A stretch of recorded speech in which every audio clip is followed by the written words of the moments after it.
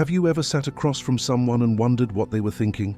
Imagine if you could read people's emotions and intentions just by noticing subtle signs without them saying a single word. Today, we're diving into a skill almost everyone secretly wishes they had, the power to read minds.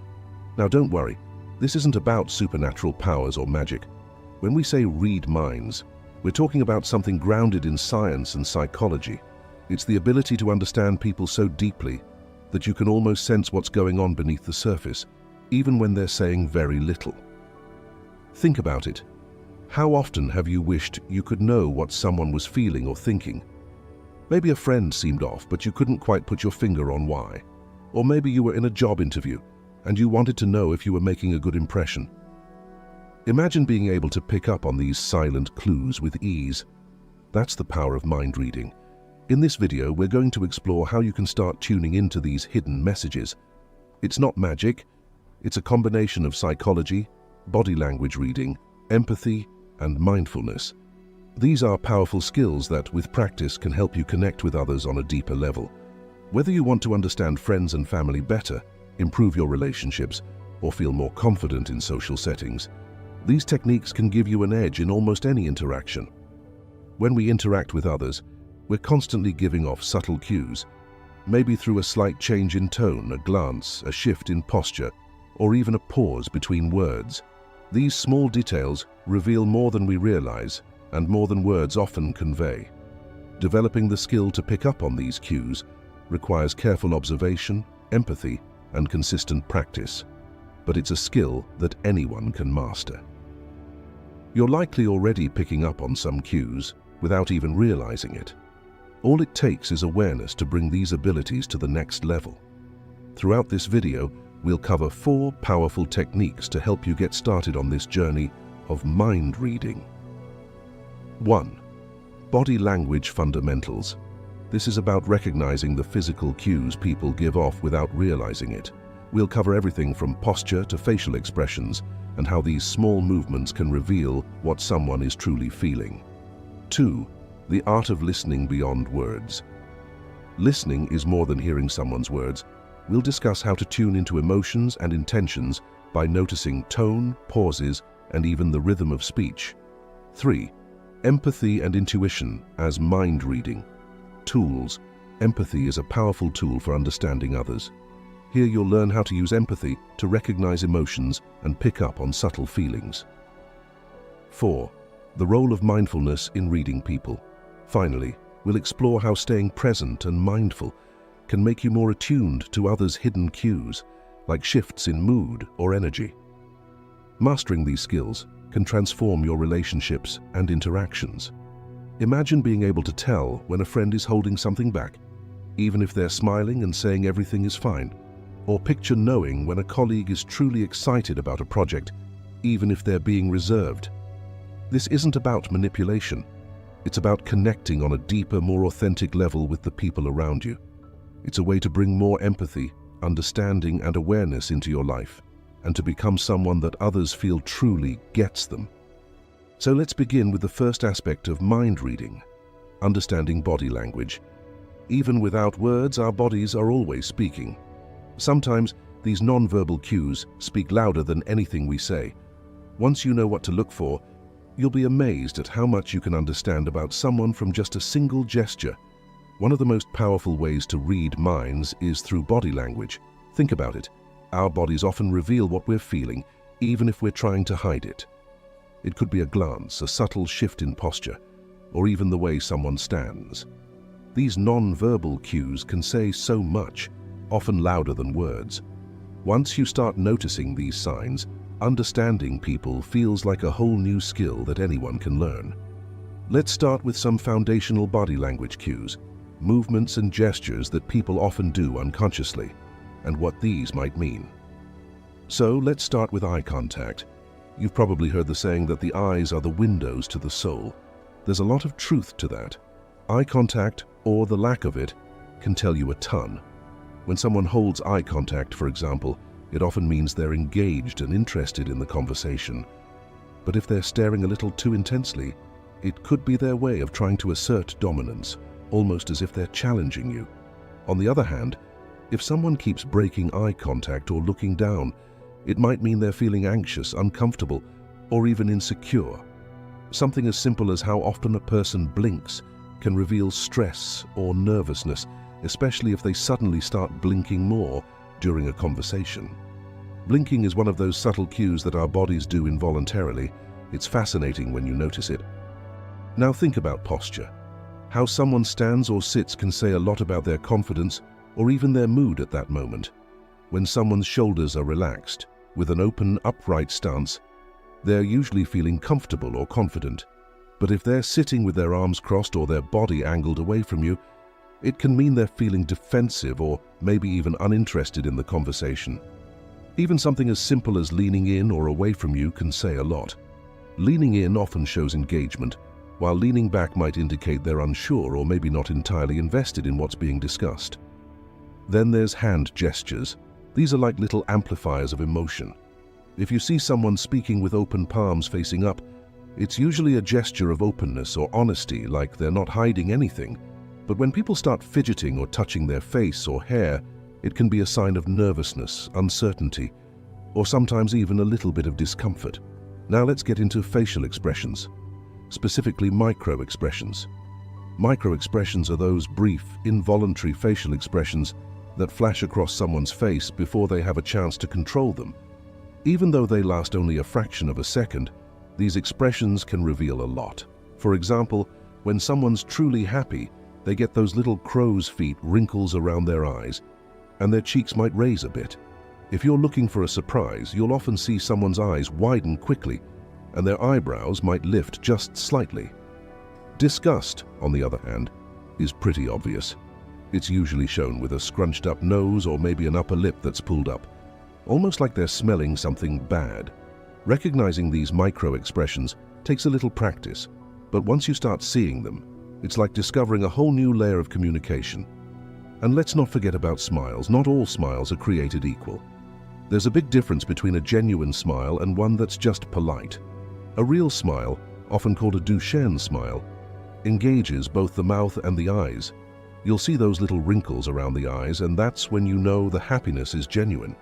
But if the smile is just polite, it might only involve the mouth, without any engagement from the eyes. It's usually more reserved and doesn't last as long.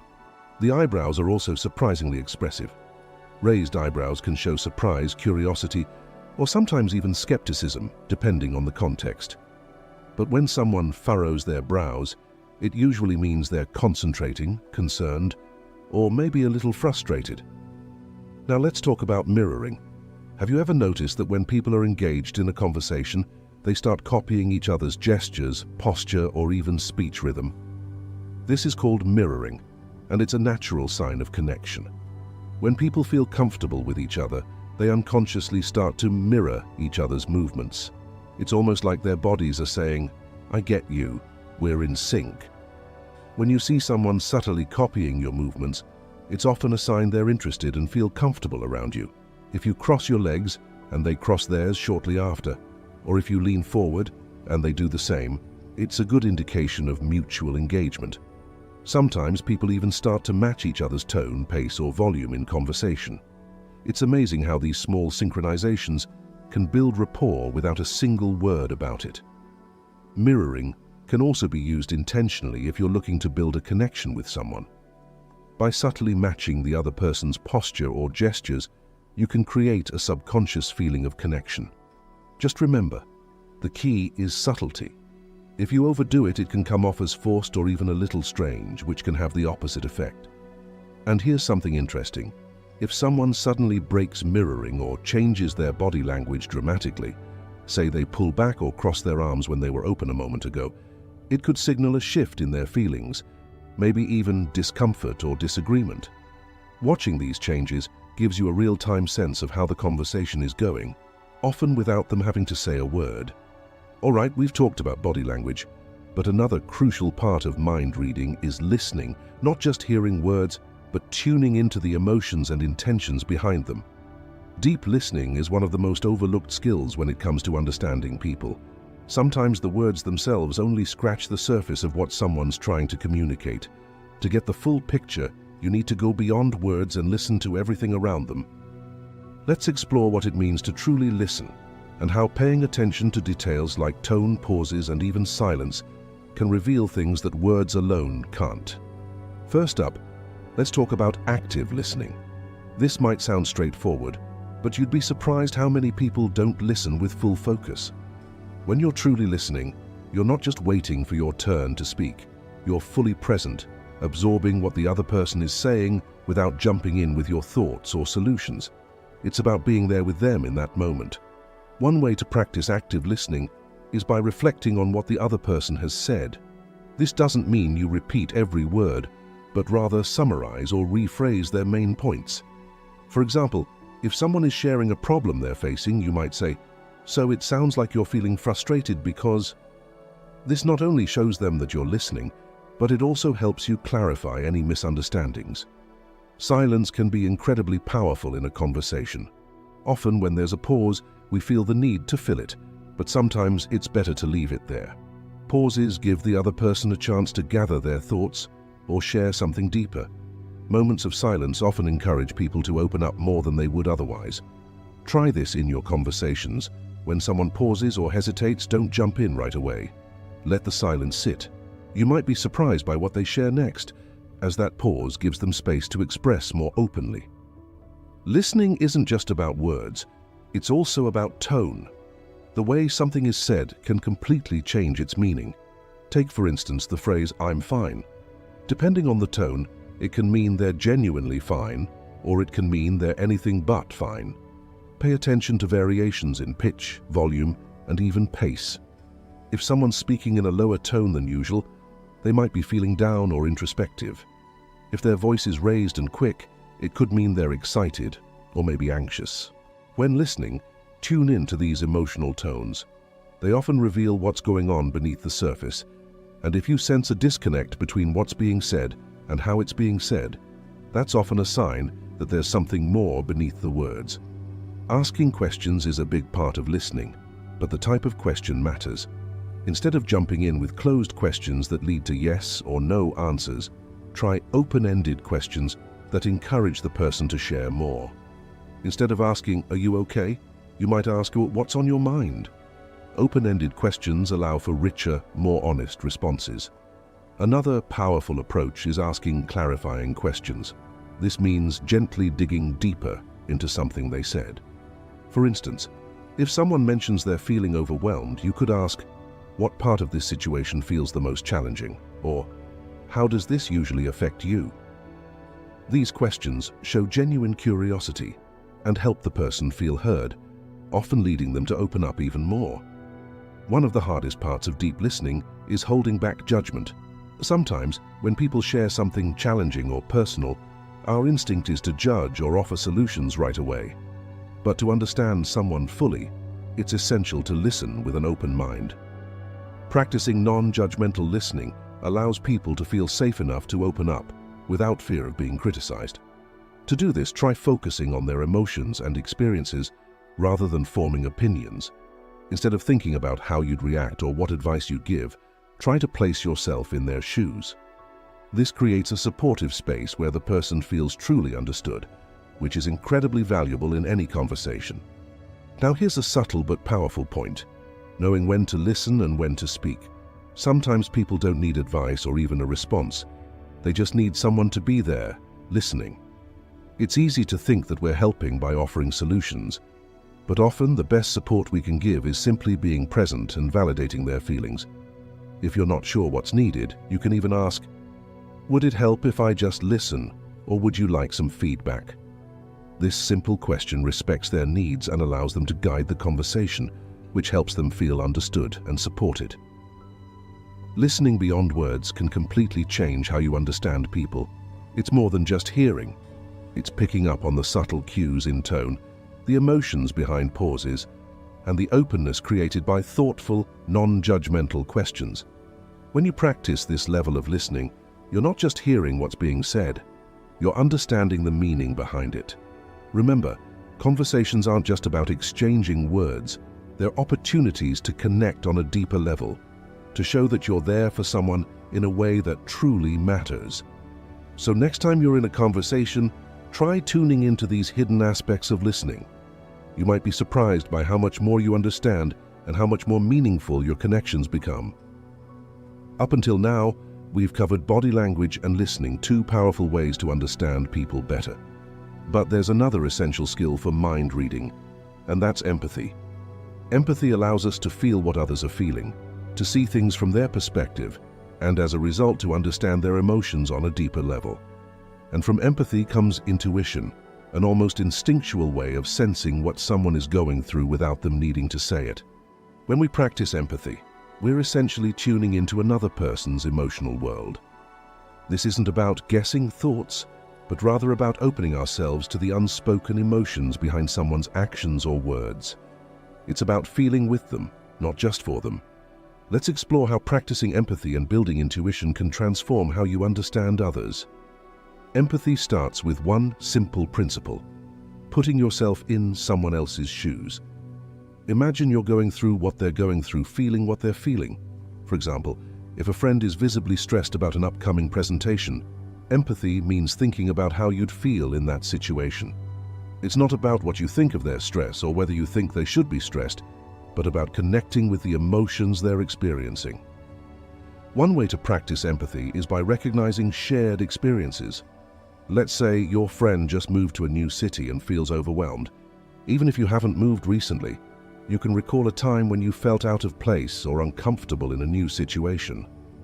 This connection makes empathy easier, as you're tapping into your own experiences to understand theirs. Another technique is to validate their feelings. A simple statement like, "That sounds challenging," or "I can see why you're feeling that way," acknowledges their experience without judging or minimizing it. When we validate others, it tells them that their feelings are seen and respected, creating a space where they feel safe to express more. Sometimes, empathy requires more than just silently understanding. This is where active empathy comes in, showing that you're connecting with their feelings by responding with genuine concern and care. This could mean checking in later on or offering a listening ear without waiting for them to reach out first. Active empathy is especially helpful in close relationships because it goes beyond understanding to taking supportive action. When someone knows you're not just empathizing but genuinely caring, it strengthens the bond and creates an atmosphere of mutual support. Empathy also teaches us how to recognize common emotional cues, even when someone isn't being entirely open. For instance, if you notice someone clenching their jaw or speaking with a tense tone, these might be signs of anger or frustration, even if they're trying to keep it under control. Recognizing shared emotions allows you to pick up on these signals and respond in a way that acknowledges their feelings without them needing to explain everything. Think of it like emotional tuning. When we pay attention to how someone's behaving and tune into that emotional wavelength, we often sense things that words alone can't convey. If a friend says they're fine, but their tone and body language say otherwise, that's an opportunity to gently ask, "Are you sure? I'm here if you want to talk about it." Recognizing shared emotions is about being tuned in and attentive to what's underneath the surface. Now, let's talk about intuition, which is like empathy's cousin. Intuition is that instinctual sense you get about what someone's feeling, often without having solid evidence.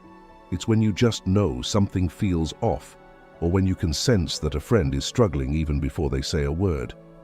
Intuition is partly built through empathy, but it also comes from life experience and being observant over time. The more you pay attention to people's behaviors, body language, and emotional patterns, the sharper your intuition becomes. If you've seen someone withdraw before when they're upset, you may start noticing similar patterns in others. Sometimes you'll sense a change in someone's energy. Maybe they're quieter than usual, or they're not engaging the way they normally would. Intuition lets you pick up on these shifts, and while it's not always 100% accurate, it can be a powerful guide. If you sense something is wrong, it's okay to gently ask or offer your support. Most of the time, people will appreciate that you noticed. A great way to strengthen your intuition is to reflect on past experiences. Think of times when you sensed something was off with someone and later found out you were right. Over time, you'll learn to trust those instincts more. Trusting your intuition doesn't mean acting on every gut feeling. but rather allowing it to guide you in situations where you feel something important is being left unsaid. While empathy and intuition are powerful tools for connecting with others, it's essential to use them responsibly. This means respecting people's boundaries and not prying into matters they're not ready to share. If you sense that someone isn't ready to open up, the best way to support them is often by simply being there and letting them know you're available if and when they need you. Empathy isn't about pushing someone to talk, but about creating an environment where they feel safe to share. With intuition, remember that while it's powerful, it's also subjective.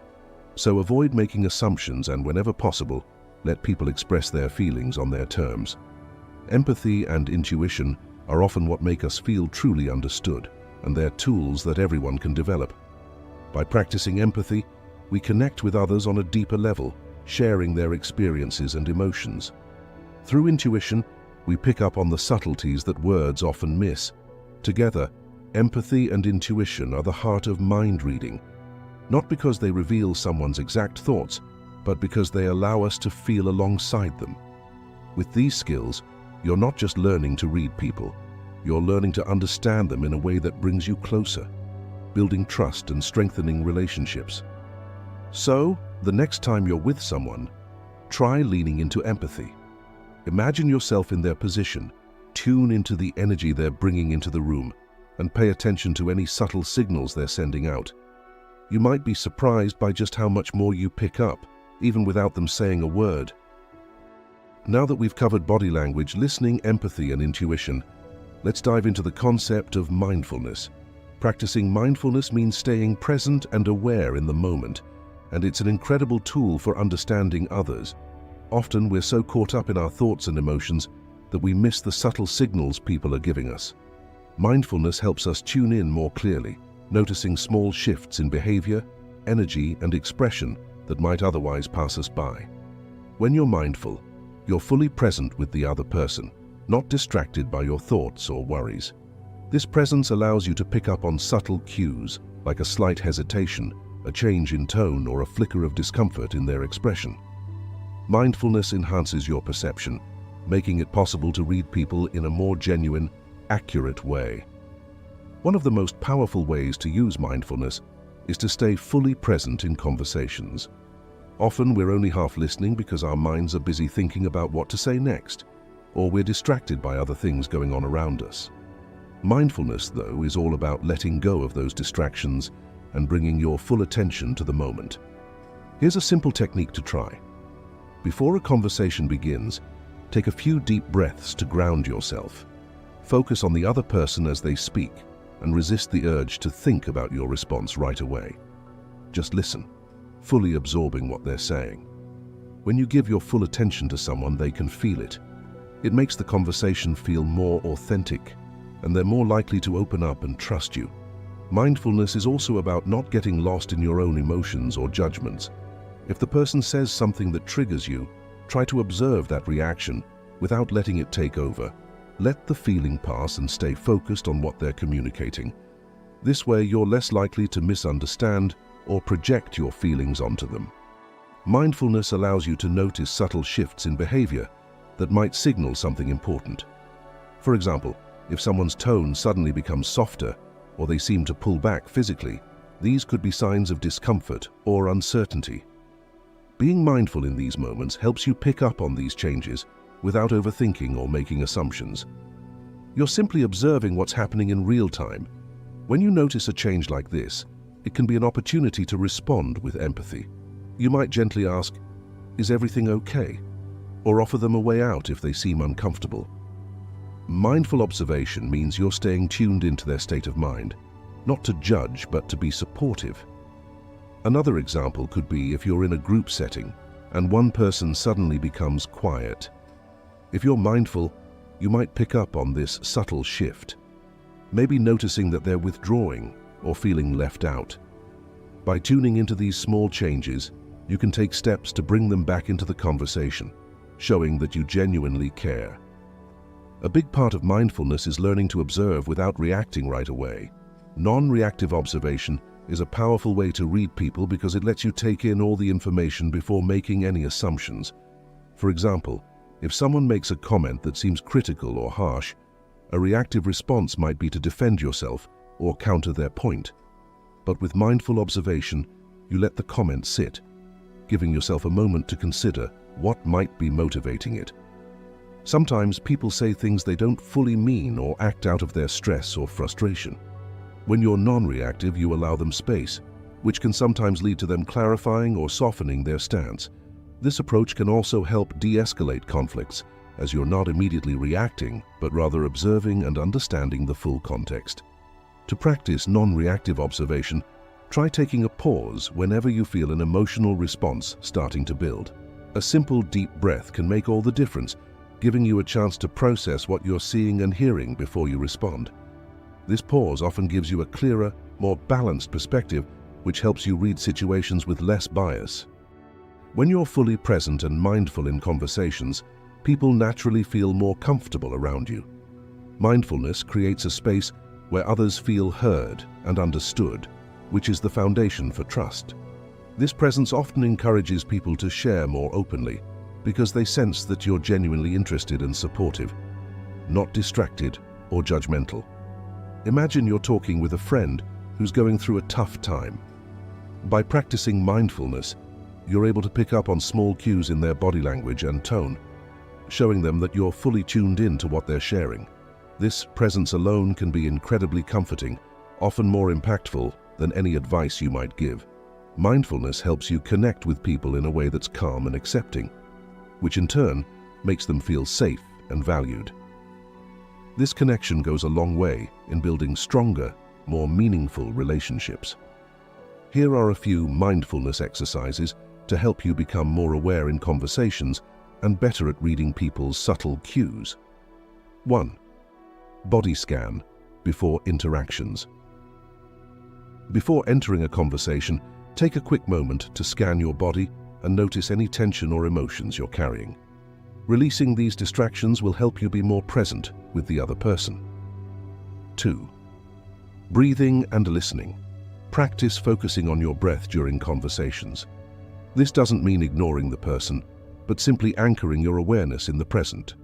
When you feel fully engaged in the moment, it becomes easier to notice small changes in your behavior or tone.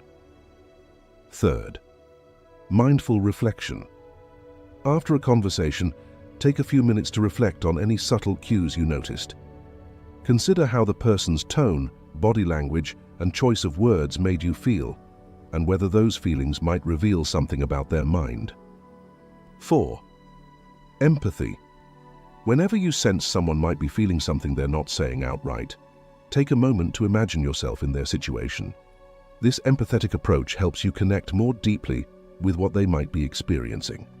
By practicing these exercises, you'll gradually develop a heightened awareness that makes it easier to read people's emotions and intentions. The goal of mindfulness isn't to analyze every detail, but to remain open and receptive to the cues people naturally give off. Mindfulness isn't just a way to reduce stress or improve focus.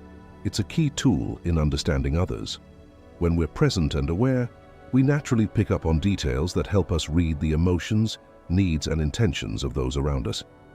It allows us to see people as they truly are, beyond the masks they might wear or the words they choose to say. So, as you go about your daily interactions, try bringing mindfulness into your conversations. Focus fully on the person in front of you, noticing the subtle cues that often go overlooked.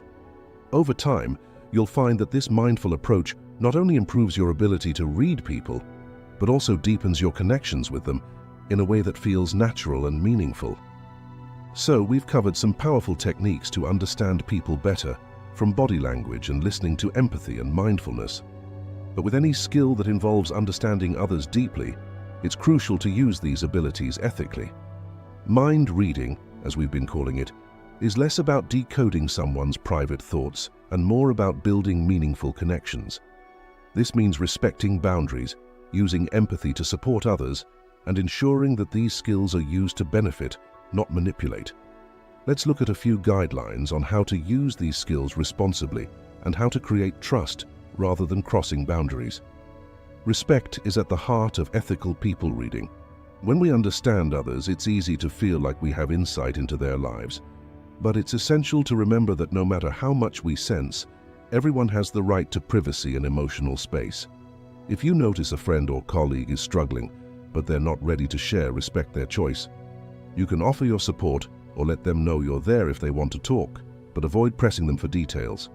It's okay to gently ask if they're okay, but if they don't want to talk, honor that boundary. Showing respect means giving them the control to decide what they're comfortable sharing. This respect builds trust and makes them more likely to open up when they're ready. One of the biggest ethical pitfalls with people reading skills is the temptation to use them to influence or manipulate others. It's natural to want people to like us or to be persuasive, but it's essential to avoid using these skills to push others toward outcomes they haven't chosen themselves. For example, if you sense that someone is feeling unsure about a decision, it might be tempting to use that knowledge to sway them in a direction that benefits you. But ethical use of mind-reading skills means prioritizing their needs over your own. Instead of steering them, be a supportive listener or a sounding board, allowing them to make their own choices. When you're transparent and supportive, people sense your authenticity and are more likely to trust you. An essential part of ethical people reading is respecting consent. Just because you can pick up on someone's discomfort or hidden emotions doesn't mean you have to act on it. If you notice a friend seems off, offer them a chance to share by asking, "Is something on your mind, or would you like to talk about it?" But if they say they're okay, take them at their word. Remember, just because you've noticed a feeling doesn't mean it's your responsibility to solve it for them. Sometimes, people need space to process things on their own, and it's respectful to allow them that. Consent means giving people the choice to share or keep things private without pressure. Empathy is one of the most valuable people-reading tools we have, but it's also important to use it for connection, not control. When you empathize with someone, the goal should be to understand and support them, not to shape their behavior or responses. For instance, if you sense that someone is feeling nervous, it can be helpful to provide reassurance. But if you use that empathy to manipulate them into agreeing with you or going along with your ideas, it crosses an ethical line. Empathy is a gift that can strengthen your relationships when used with care. It allows people to feel genuinely seen and understood, which is incredibly valuable. Always aim to use empathy as a way to support others in feeling safe and respected. One of the best ways to use your people reading skills ethically is to encourage open, honest communication. Instead of assuming you know what someone's feeling, ask them. Let them know that you're interested in their perspective and that they're safe to express themselves fully around you. For example, you could say, "I've noticed you seem a bit quieter than usual. If there's anything on your mind, I'm here to listen." This approach gives them the choice to share, reinforcing that your interest is genuine. When people feel they can communicate openly, it removes any need for guesswork or hidden agendas. Honest communication is the foundation for healthy relationships and ensures that you're using your people reading skills in a way that benefits everyone involved. At its core, people reading is about understanding others in a way that enhances your relationships. By focusing on respect, consent, and empathy, you ensure that these skills are used ethically. Remember, the purpose of these abilities is to build trust and create meaningful connections, not to influence or control others. So, as you develop your people reading skills, keep these guidelines in mind. When you approach others with genuine care, respect their boundaries, and encourage open communication, you're using these skills responsibly and in a way that truly benefits everyone.